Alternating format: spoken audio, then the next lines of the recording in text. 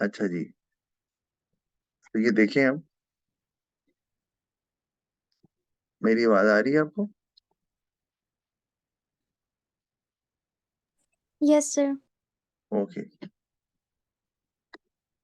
अच्छा, तो मैं आपको ये दिखा रहा था कि जब टैक्स लग रहा है, मैं यहाँ पे लिख रहा हूँ कि टैक्स जो है, एक मिनट, ये टैक्स है, तो टैक्स लगा जब, बढ़ा दिया, तो उससे जो प्रोड्यूसर डिस्करेज हो रहा है वो क्वांटिटी सप्लाइड को कम कर रहा है। ये एक नॉन प्राइस फैक्टर है सप्लाई का। जब वो सप्लाई को कम करेगा तो उससे एक काम होगा, और वो होगा कि जब सप्लाई कम होती है तो उससे शॉर्टेज होती है। अभी हमने ऊपर भी ये बात पढ़ी है पहले। जब शॉर्टेज होगी ऑफ कोर्स, तो उससे जो प्राइसेस हैं वो बढ़ जाती हैं। और उसकी एक वजह है। वजह ये है कि जब शॉर्टेज हुई, इसका मतलब है कि मैं आपको एक छोटी सी एग्जांपल देता हूँ कि बाहर 10 लोग खड़े हैं चीजें लेने के लिए, और चीजें सिर्फ दो हैं। उस दुकानदार के लिए तो चीजें बढ़ाना, कीमत बढ़ाना बहुत आसान है। वो कहेगा यार मैं कीमत बढ़ा देता हूँ, 10 लोग खड़े हैं, दो तो ले ही लेंगे। तो इस तरह कीमत बढ़ जाती है फिर शॉर्टेज में, जिसके पास पैसे होते हैं वो ले लेता है, बाकी चले जाते हैं। तो प्राइस बढ़ेगी, या प्राइस बढ़ने, शॉर्टेज से प्राइस बढ़ेगी, और प्राइस बढ़ने से डिमांड सर मुझे आपकी आवाज नहीं आ रही। कम हो जाएगी। अच्छा, शायद मुझे ना आ रहा है बार बार कि my internet connection is unstable, तो मेरा ख्याल है मेरे ही एंड पे कोई प्रॉब्लम चल रहा है। मैं आपको ना, अभी आवाज क्लियर आ रही है मेरी? सर आती है, उसके बाद 2-3 मिनट बाद वापस से चली जाती है। अच्छा, मैं इसको रिकॉर्ड कर रहा हूँ वैसे, तो मैं आपको ये रिकॉर्डिंग भेज दूंगा। कोशिश मेरी यही है कि अभी इसको तो हम खत्म कर लें किसी तरह से। अच्छा, जहां ना समझ आए दोबारा पूछ सकते हो। तो अब यहाँ पे आप गौर करो तो ये जो सप्लाई है, सप्लाई में जो कमी आ रही है, ये आ रही है नॉन प्राइस फैक्टर से, दैट इज टैक्स। तो सप्लाई में से शिफ्ट हो रहा है, ठीक है। और प्राइस में जो चेंज आ रहा है वो आ रहा है प्राइस फैक्टर से। तो सॉरी, डिमांड में जो चेंज आ रहा है वो आ रहा है प्राइस फैक्टर से। तो डिमांड में क्या हो रही है? डिमांड में हो रही है कॉन्ट्रैक्शन, यानी कि movement along the curve to the left side, जिसको हम यहाँ पर दिखा भी सकते हैं। ये देखें, ये मूवमेंट हमें डिमांड कर्व में नजर आ रही है। इसका मतलब है हमने जो नीचे क्वांटिटी ली है ना, क्यू ई और क्यू नॉट, ये क्वांटिटी किसको शो कर रही है? डिमांड को या सप्लाई को? इनफैक्ट दोनों को कर रही है, क्योंकि डायग्राम में दोनों कर्व्स मौजूद हैं। तो बच्चा कंफ्यूज भी होता है कि सर ये प्राइस बढ़ रही है तो डिमांड सप्लाई दोनों कम कैसे हो सकती है? क्योंकि प्राइस बढ़ने से तो डिमांड कम होती है और सप्लाई ज्यादा होती है। वो इसलिए कि एक जो है वो चेंज हो रहा है प्राइस फैक्टर से, और एक चेंज हो रहा है नॉन प्राइस फैक्टर से। सप्लाई में चेंज आ रहा है नॉन प्राइस फैक्टर से, दैट इज टैक्स, और डिमांड में चेंज आ रहा है प्राइस फैक्टर से। तो इसीलिए दोनों एक डायरेक्शन में जाते हुए भी हमें नजर आ रहे हैं। तो इस तरह की डायग्राम में ये हमने जो दिखाया कि सप्लाई लेफ्ट हो गई है, इस तरह से हम इसको एक्सप्लेन करते हैं जैसे मैंने आपको बताया है। हाँ जी, अब सवाल है कोई आपका, जो आप पहले भी नो पूछ रहे सर। हैं? अच्छा, नहीं है। अच्छा, इसी तरह से हम और एग्जांपल ले लेते हैं।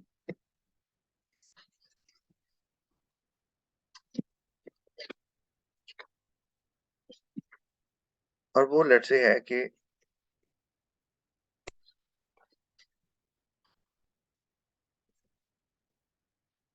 इंट्रोडक्शन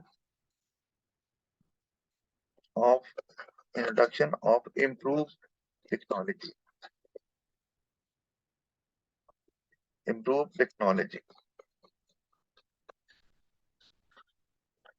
ठीक है। फॉर, मैं वो एक एग्जांपल ले लेता हूँ, फॉर कार मैन्युफैक्चरर्स।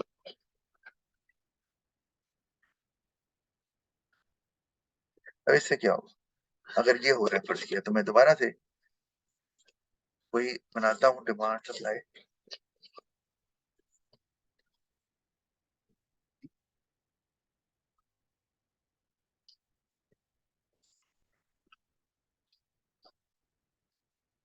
तो अब इम्प्रूव टेक्नोलॉजी से क्या होगा? किस पे इफेक्ट आएगा बताओ मुझे, आपको क्या लगता है, डिमांड पे कि सप्लाई पे? सप्लाई। सप्लाई पे, क्योंकि कार मैन्युफैक्चरिंग के की में जो टेक्नोलॉजी इस्तेमाल होती है वो इम्प्रूव हो गई। तो सप्लाई कब किधर को जाएगा? राइट। बिल्कुल सही, राइट पे जाएगा। तो सप्लाई बढ़ रही है ना, जारी बात है। तो अब नया जो इक्विलिब्रियम है वो हमारा आ जाएगा E1 पे।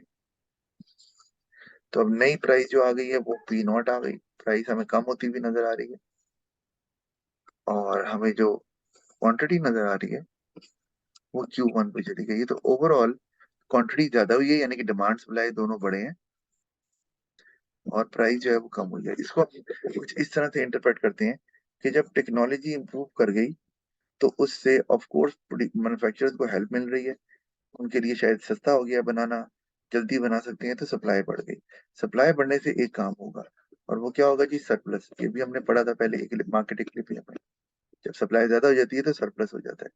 अच्छा, जब सरप्लस होगा तो उससे प्राइस जो है ना वो कम हो जाएगी, क्योंकि चीजें ज्यादा है मार्केट में, हमको बेचना तो है, वरना तो पड़े पड़े चीजें खराब हो जाएंगी या गाड़ियां नहीं बिक्री होंगी।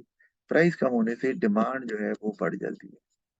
तो अब यही हो रहा है कि ये जो सप्लाई में चेंज आ रहा है, जो सप्लाई बढ़ रही है, ये शिफ्ट होगा, क्योंकि जो टेक्नोलॉजी है वो एक नॉन प्राइस फैक्टर है, और जो डिमांड बढ़ रही है, बढ़ दोनों रहे हैं, उसमें हो रही है एक्सटेंशन, क्योंकि मूवमेंट अलोंग द कर्व होगा, क्योंकि वो प्राइस फैक्टर से चेंज आ रहा है।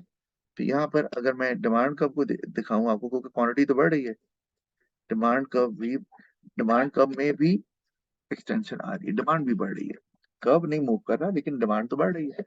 तो इस तरह से हम बताएंगे एक्सप्लेनेशन में कि टेक्नोलॉजी इंप्रूव करने से producers would be car manufacturers would be encouraged to produce more, that will be shown by upward shift in the supply curve, that will push, that will create a surplus in the market and would push prices downwards. So when prices would be lower, consumers would be encouraged to produce to buy more, and that is shown through a movement along the curve to the right side from E to E1 to the new equilibrium. इस तरह करके हम इसको explain भी करते हैं। ठीक होगी ना बात ये भी? Yes sir. अच्छा, अब आपको दो काम दे रहा हूँ जो आपने मुझे करने हैं, ठीक है? मैं दो चीजें यहाँ पे लिख रहा हूँ आपके सामने। एक है जी,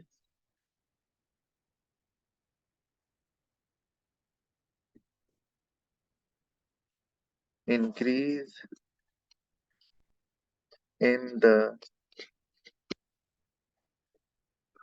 प्राइस ऑफ सब्स्टिट्यूट।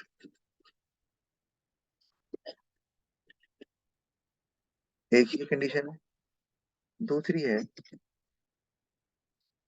हमारे पास, अम,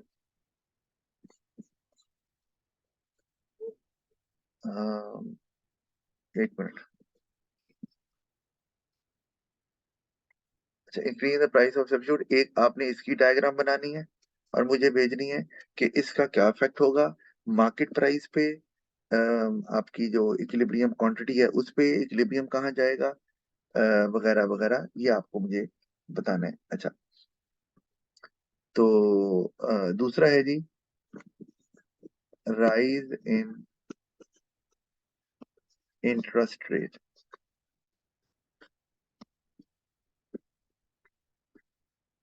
राइज इन इंटरेस्ट रेट, ये आपने दो अलग डायग्राम बनानी है।